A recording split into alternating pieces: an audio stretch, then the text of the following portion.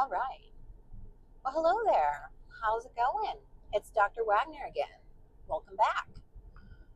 Family Paws Mobile Veterinary Care, and I am mobile today. I'm on my way home from my afternoon call in Danville. A little side note, by the way. So they were up on that like overlook drive, so kind of over Danville. You have to go down 11 a little bit and get up on the mountain. Um, Lovely couple, by the way. Beautiful dog. She had been struggling with hip dysplasia and looked like when I got there today, the poor gal, she couldn't even get up. So it was her time to go to heaven. She started to have some secondary like spinal compression issues, and yeah, she was a talker. She was chatting at me, but she was so sweet. She was kind of goofy too. She was just chomping on the grass like a little cow, all the way up through the sedation, like just chomping, chomping, chomping. But she did wonderful. She sedated nicely, and she drifted off to heaven in the peace of her backyard, right in the grass there, under a nice, beautiful, shady tree. Um, it's very beautiful. Everything went well. So that's a nice afternoon for me. And I had been wanting to just get some fresh flowers in my house since it's summer, and it's like I just need some more color, especially in the kitchen. So I opened a can of worms. I stopped at Scott's in Danville. Oh my God. I've never been there before, first of all. And so I started in the greenhouse. Oh, I love plants, first of all, especially house plants, succulents. So I got this beautiful freaking violets. Gorgeous. You know what though? I forgot to ask them if they can be in full sun, because I wanted those to go on my front porch, and that gets a lot of sun. And then I got this gorgeous big full pothos plant. I'm gonna put in a hanging basket. And then I got this gorgeous arrangement. They have this like walk-in self-serve cooler of fresh cut flower arrangements. Holy goodness! I want to stop there like every week and just get myself another arrangement. And they had some extraordinary orchids. For any orchid lovers, that is the place to go. I have never seen some of the colorings that they have there of the orchids. Beautiful. Anyway, I digress. I thought I'd answer a little question today on my ride home, do like a little mini vlog to answer one of the most common questions I get. I think I had it at least two of my clients this week asked me about it, and on the whole, since I've started Family Paws, I mean, I've had this question countless numbers of times. So, and that question is, can my dog eat before, like right before the euthanasia appointment or during the euthanasia appointment? And will that affect the medications that I give, especially the sedative medication that I give first to get them all nice and sleepy and comfortable? And short answer to that is yes, absolutely. They absolutely can eat, and I totally 100% encourage you to spoil them. Get them their favorite things for sure. It won't affect the medication, it won't affect the sedation. And in fact, I have some dogs. Actually, this past Tuesday, I had a chocolate lab euthanasia in Danville, and when I'm on my way to a client's house, I text them and say, "Hey, I'm on my way to you. This is my ETA." The wife is who I was corresponding with. She asked me if they could give her some ice cream. They had like a chocolate Wendy's Frosty, and then they had this like gallon of ice cream. It wasn't a full gallon, but it was like a vanilla caramel ice cream, like a Turkey Hill style gallon ice cream. And she said she also liked certain like burgers or cheeseburgers or something like that. I'm like, absolutely, you give that girl whatever she wants. And in true chocolate lab fashion, she just inhaled anything that her mom gave her. So when I arrived, she was finishing the Wendy's Frosty, and then they switched to the gallon jug of the vanilla caramel. And I mean, I kid you not when I tell you this chocolate lab, like I said, she read the book. She was a textbook chocolate lab. She fell asleep with the sedative, from the sedative, with her nose and her mouth in the gallon container of chocolate of vanilla ice cream. Like, what better way to go for a lab, right? She was, oh my gosh. I mean, that made me smile. That was so beautiful and so fitting for her breed to fall asleep in the ice cream gallon. And that particular client, I asked her, I was like, does she have a special sort of favorite cheeseburger or hamburger from McDonald's? Because I'm coming down from Ely's or Williamsport, so I'll be passing by McDonald's there on 54. But I guess they already had given her a burger earlier. And yeah, so I'm like, yeah, by the way, take special requests. Absolutely. If you have a dog who likes a certain, fast food, a Wendy's Frosty, or a hamburger, cheeseburger, chicken nuggets from McDonald's or Burger King or something, and it's on my way, I'm happy to stop and get whatever you want me to get. I'd love to bring their favorite foods over. When my girl Una, my German Shepherd, who I sent over the Rainbow Bridge, we kind of picked a day like a week before. We picked a Saturday morning, my husband and I. And so that whole week we just like planned something special for her. Like the one night for supper, we did a whole rotisserie chicken. I just peeled all the meat off the bones, and I give a little bit to her sister, and most of it to her. The night before, Friday night before, my husband cooked her up a nice New York strip steak. I have a lot of people who do like T-bones. Some of them do full on like ribeyes. And I'm like, wow, that's fancy. I want to come over your house to eat. But yeah, so anyway, yeah, your dog can absolutely eat before and during the procedure up until they're not able to. Why not? It's not going to hurt anything. At the end of the day, there's this saying that goes like, no dog should die without having experienced the taste of chocolate at least once. But obviously dogs can't do that because it's so toxic to them in health. You don't want to give it to a dog. But if it's, it's their final day, final hour on earth, give them some chocolate. Go out and buy them your favorite chocolate bar, maybe something with peanut butter in it or whatever. Absolutely anything. A cake. I've had people do cake before. Anything is fine with me. Same goes for cats. Cats obviously aren't as food motivated as most dogs are, but that's okay. Give them their favorite treats. We'll get some raw salmon or some stinky tuna or something. I think they'd appreciate that. Cats are stinky like that, but most of the time. Whatever they want to eat. They don't need to be fasted before my sedation. It doesn't affect what I do. And at the end of the day, I feel like a lot of them are a lot more relaxed when they have full bellies of something. And so, yeah, makes everyone else more relaxed and kind of sets the tone for the appointment. So, yeah, there's that. How do you like that? Oh my gosh, I wish I could lift these flowers up on it and stuff. Look at these. I can't even get them fully in the frame.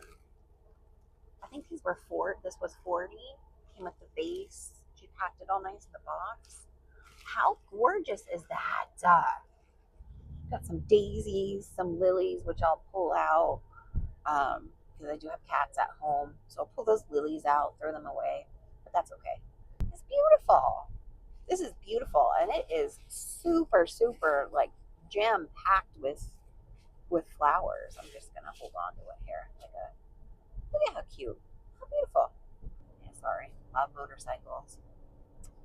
Don't you just love that when people with motorcycles wear no helmet, short or tank top, no helmet? I think that guy has sneakers on.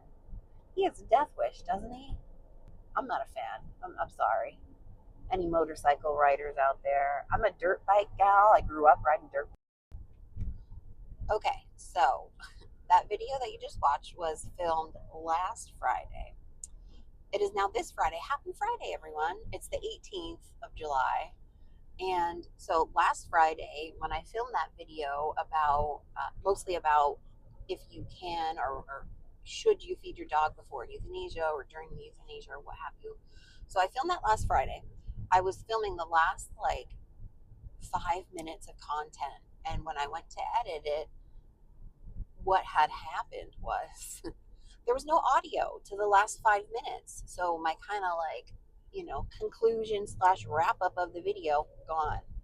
And well, what really happened, I was actually driving up the Bear Gap Mountain on my way home from Danville, and that like Amber Alert alarm sounded on my phone, but it was for like the 911 centers being down. So that for some reason, then when I went back to my video and filmed the last 5 minutes, it just knocked my audio out. So there's that. So anyway, this is just going to be a short little ditty to wrap that up and give you a little update on what's to come in vlogs. I've been doing a lot of planning out some future vlogs this week.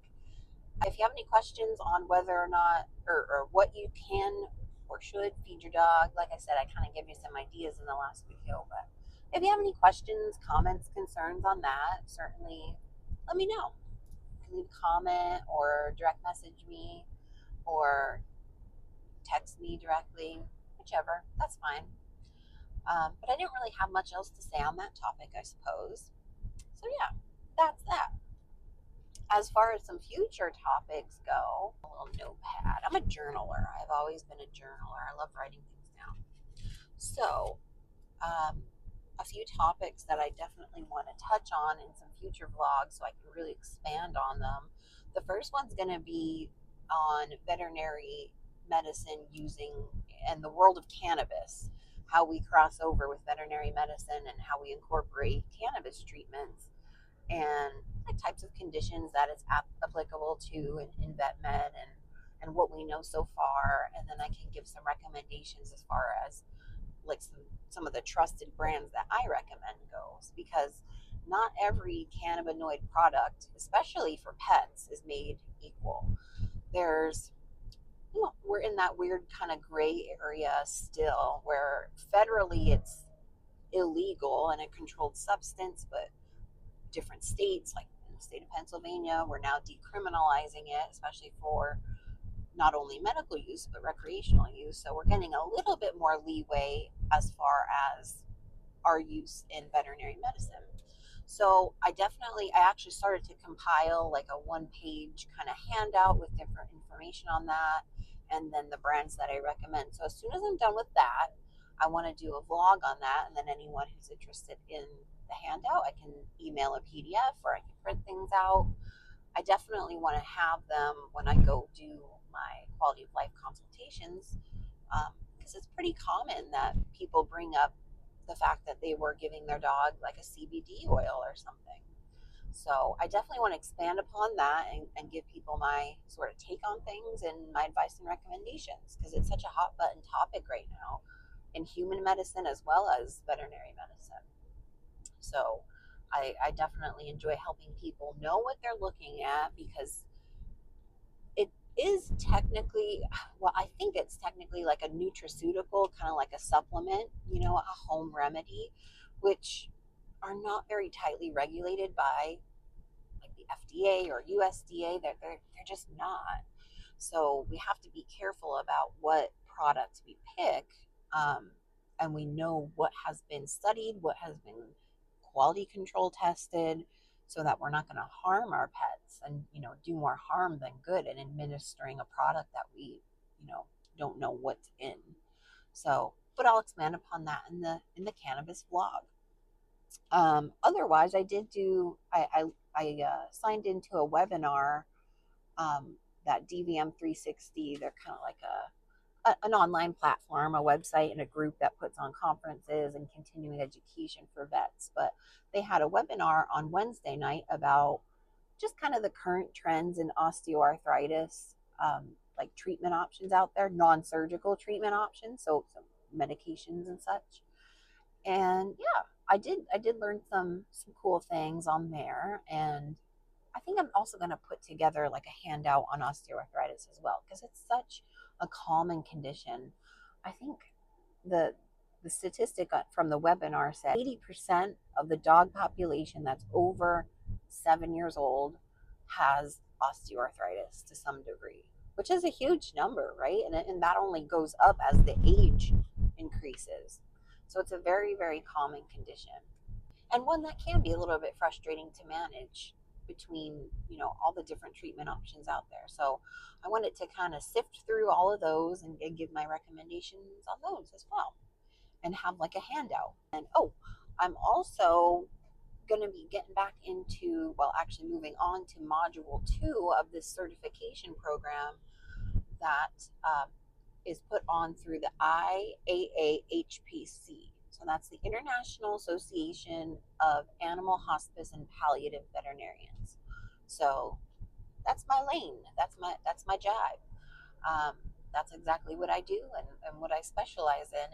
And when you go through this certification program through them, you work through a few different modules, and you have to do things like the first module that I did complete was 20 credit hours of continuing education on that subject, and I learned a lot of things, especially um, as it pertains to human grief when we lose a pet. So there was quite a few different pieces of info, and even lectures on that. So I wanted to do also a vlog expanding on that, because it's such an important thing to me in my everyday life with this job, is dealing with people who have extreme emotions, especially sadness and grief.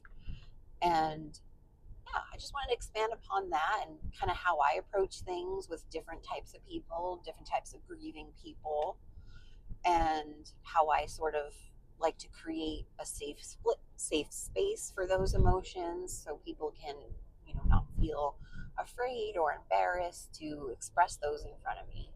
Because I do have a lot of people that when I show up at their property, they're already visibly upset and crying, because they know what that means for their pet. My main service is the in-home euthanasia, so I'm dealing with crying people almost pretty much every day. Every call I go out on, there's big emotions.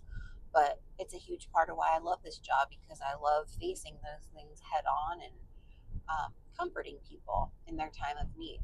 So I'm going to do a vlog on that, because I do have some good info from the human, like, psychology side of things that I think is pretty interesting. So I'd love to put that out there, and let people know a little bit more about that. And yeah, I guess I'll stop yapping there. That's probably pretty good. Oh, on Fridays we wear pink. If you didn't notice, I finally got my short sleeve hot pink top in to match my pants, my hot pink pants.